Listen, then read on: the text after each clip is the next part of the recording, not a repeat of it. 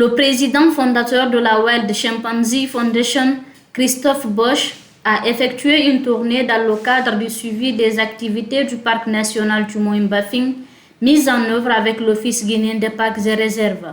Plusieurs initiatives ont fait l'objet de cette évaluation en compagnie des communautés bénéficiaires. La VCF est une ONG orientée résultat. Et c'est dans ses habitudes que le président fondateur vient 2 à 3 fois par année pour voir les activités qui sont effectivement réalisées dans le parc et voir ce qui marche et ce qui ne marche pas afin qu'ensemble on puisse donner des nouvelles orientations pour avancer dans le bon sens. On a commencé par un village très intéressant, le village de Leikimbeli, où, suivant un modèle qu'on a appliqué déjà dans d'autres villages, on a aménagé une très grande plaine. C'est une plaine de 5 hectares. Et l'aménagement qu'on a fait est avant tout sécuriser cette plaine avec une clôture. Et ça, c'est perçu très positivement par les communautés. Il y a 90 personnes qui travaillent sur cette plaine pour faire différents produits maraîchers. Ils sont encadrés par nos équipes de façon à faire une production qui est beaucoup plus rentable et beaucoup plus efficace. Et l'avantage de ces plaines est que ce sont des plaines qui peuvent être réutilisées chaque année, qui sont fertilisées par les crues pendant la saison des pluies.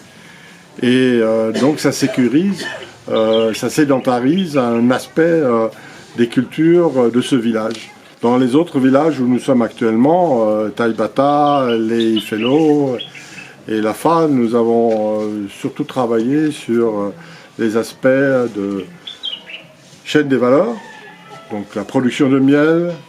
Et c'était très intéressant, par exemple dans le village de Lafaboubé, de voir que certaines pratiques agroécologiques qu'on leur apprend sont reprises par d'autres paysans dans des gens qui ne sont pas à ambition agroécologique, mais où ils voient que certains éléments, sans même qu'on ait besoin de les convaincre, est positif pour eux. La grande discussion qu'on a eue avec tout le monde, c'est l'accès à l'eau, la sécurisation de l'accès à l'eau. Donc on fait des projets d'aménagement avec les villageois de régénération forestière naturelle. On fait des champs où on garde aussi des arbres, donc la régénération naturelle assistée, où les paysans eux-mêmes choisissent les types d'arbres qu'ils veulent laisser, qui garantit une fertilisation du sol, une augmentation aussi des revenus, en tout cas avec le temps. Et donc là, il y a tout un intérêt qui est soulevé et que l'on voit par une augmentation du nombre de paysans qui sont volontaires pour essayer cette nouvelle technique.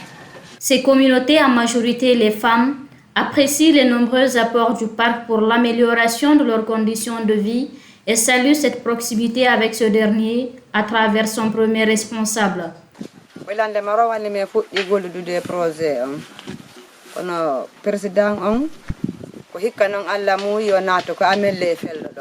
Nous travaillons avec ces projets depuis l'année dernière, mais c'est la première fois que le président fondateur arrive chez nous à Leifelo. Nous sommes très heureux de cette visite. Il nous appuie dans le maraîchage, la carité et la protection des ressources naturelles. De notre côté, on s'engage à lutter contre les feux de brousse. En vue des perspectives du parc national Tumoim-Bafing, plusieurs recommandations ont été formulées à l'endroit du personnel. Tout ce que je veux demander, c'est déjà d'être discipliné comme d'habitude et de pouvoir améliorer la communication de sorte que les principales recommandations soient mises en œuvre au niveau du terrain, au niveau de chaque catégorie d'agents. Ça veut dire depuis les coordinateurs thématiques, les chargés des programmes, les chargés d'activités, jusqu'au niveau des CZ qui sont nos relais sur terrain.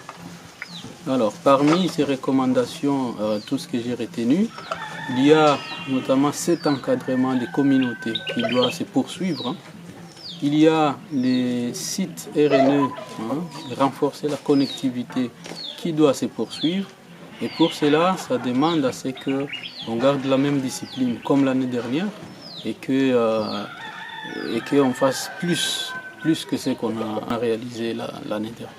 Le point focal de l'Office guinéen de parcs et réserves rappelle le cadre global de mise en œuvre de ces différentes activités et les succès enregistrés, succès qui sera rapporté à sa hiérarchie.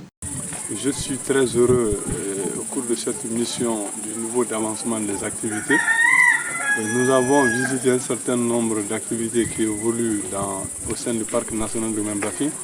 Il s'agit des activités de régénération écologique appelées RNE, les activités de l'agroécologie appelées RNA et les activités de maraîchage développées au sein du parc national de Membafing. Ma remarque, l'activité qui m'a le plus intéressé, c'est les activités de régénération naturelle écologique qu'on appelle RNE. J'ai vu que les champs RNE développés pendant environ 2 ou 3 ans sont aujourd'hui presque une forêt. Et ça, c'est extrêmement important au niveau du ministère de l'Environnement et plus particulièrement au niveau de la Direction nationale des eaux et forêts et la direction de l'Office guinéen des parcs et réserves. Parce qu'avant, dans les anciennes pratiques, on était trop focalisé sur le reboisement. Et quand on fait le reboisement, le taux de mortalité des plants qui ne sont pas indigènes est tellement élevé que la plupart de nos reboisements ne sont pas sanctionnés de grands résultats. Mais les activités de régénération naturelle écologique que je viens de visiter dans les différentes zones, notamment à Lafa et dans la zone de Taïbata, je vois que le taux de réussite est environ 90%. Alors c'est quelque chose de très salutaire que je dois, au nom de ma direction de l'Office guinéen des parcs et réserves, vulgariser afin que la Direction nationale des eaux et forêts puisse s'approprier de cet outil pour que sur toute l'étendue du territoire national, les RNE puissent remplacer les reboisements.